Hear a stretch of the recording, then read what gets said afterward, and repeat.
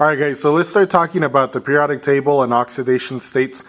If you recall, I talked to you guys about these charges, okay? The alkali earth family, which is hydrogen all the way down to francium, okay, has a charge of +1. The beryllium family, the alkali earth metals family, has a charge of +2, okay? So all these guys up down to radium have a charge of +2. But what happens is that when we go into the transition metals, these guys have a variable oxidation charge. These guys can range on oxidation charges, okay, from +1 to +6. It just depends on what they're binding to, okay? The boron family starts it off again. We ended with beryllium at +2, so boron starts at +3, and that whole column all the way goes down to +3. We have carbon with a +4. The family of carbon has a +4. And then when we get into nitrogen, we definitely have a change in the oxidation states. Okay? So the nitrogen, oxygen, and fluorine families all have a charge, an oxidation state charge of negatives. They're anions. Okay? Nitrogen begins by having a charge of -3. What that means is that in terms of valence electrons, okay, all elements are trying to have 8 valence electrons like these guys, the noble gases, okay? But the negative charges, basically what they mean is that they need this many valence electrons to complete the octet. So nitrogen needs 3, so it would have 5 valence electrons. Oxygen needs 2, and it would have 6 valence electrons. And then fluorine, it needs 1, and it has 7 valence electrons. That is true for all of the subsequent elements that go below these 3, nitrogen, oxygen, and fluorine. Okay, so even phosphorus right here would also have a -3 charge, and so would arsenic, antimony, and so on and so forth. All of these would have 5 valence electrons. Now, why are valence electrons important? Well, because when we go back down to the worksheet that you're doing, you have a compound, right? Let's go with the first one, NO2. Okay? Now, the compound is made up of 2 nonmetals. If we go back to the periodic table, we see that nitrogen and oxygen, okay, are in the yellow area, and the yellow area represents the nonmetals, okay? As you saw in your notes, 2 nonmetals make a covalent bond. Therefore, we have to use the subscript of 2 in the name.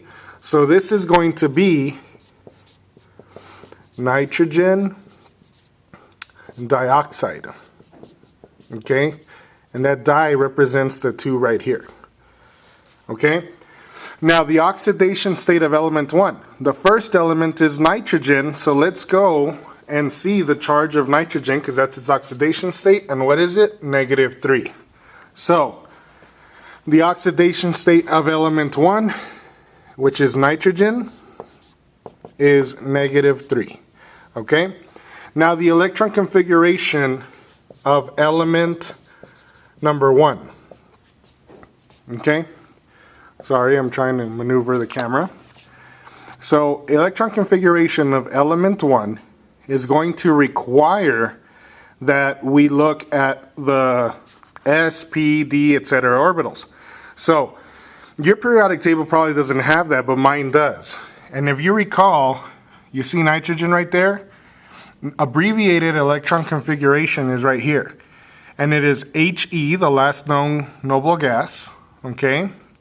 2s2, 2p3.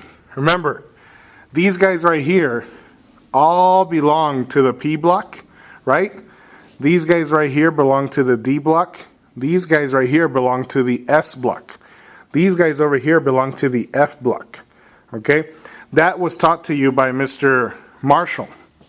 So the electron configuration for nitrogen, again, is going to be He, 2s2, 2p3.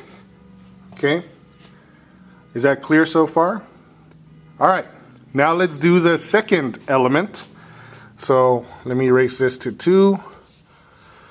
And let me do the electron configuration of element number 2. Okay? Our second element is oxygen. So let's go look at oxygen right here. Oxygen has a -2 charge. That means that it's its oxidation state of -2. Okay? The electron configuration of element 2 is going to be the following. He, 2s2, 2p4. Okay? Again, how do I get that? Remember, I start with the period, right?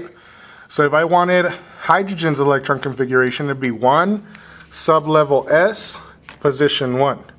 Okay?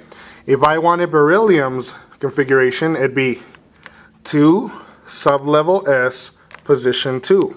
Okay? Let's double check that oxygen was able, we got it correct. We sure did. He, 2s2, 2p4. Okay? All right. So now, once we figure out the oxidation state of the elements, we can get their valence electrons. Because remember, this is the charge, but it's not the number of electrons. So, if oxygen needs to, it has 6 valence electrons. Okay?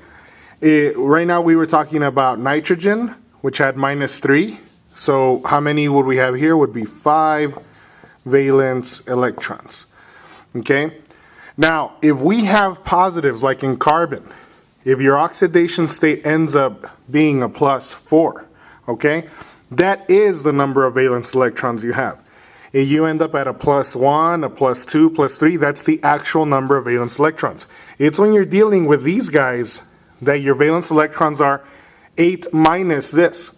So if you have an oxidation state of -1, you need 1 out of 8, so you have 7 valence electrons right here.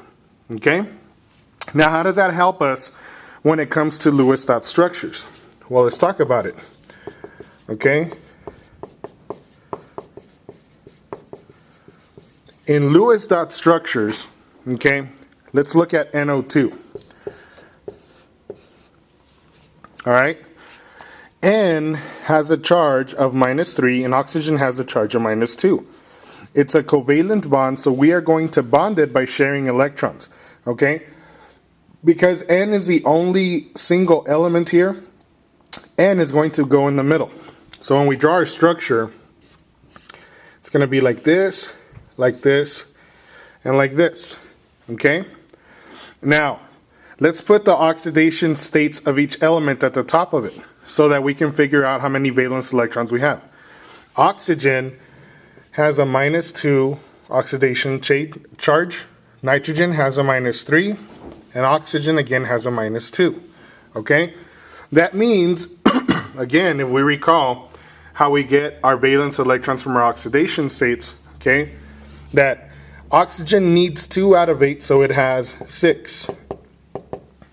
Nitrogen needs 3 out of 8, so it has 5. Okay? And then this oxygen also has 6. So now, because this is a covalently bonded molecule, they share electrons. Okay? So we're going to share electrons until we make 8. So here, I'm going to bond this electron with this electron. Okay? And I'm going to bond this electron with this electron, and now we're going to count. Okay, 2, 4, 6, 7. Oh, I don't have 8 yet. Okay, but let's see where we're at with nitrogen. 2, 3, 4, 5, 6, 7. Okay, so we still don't have enough for nitrogen, and the oxygen over here is the same as the oxygen over there. So what I'm going to do is I'm going to bind again. Okay? And I'm going to bind again over here as well. I keep doing this until I'm able to make 8 electrons for each atom. Okay? So now let's count oxygen.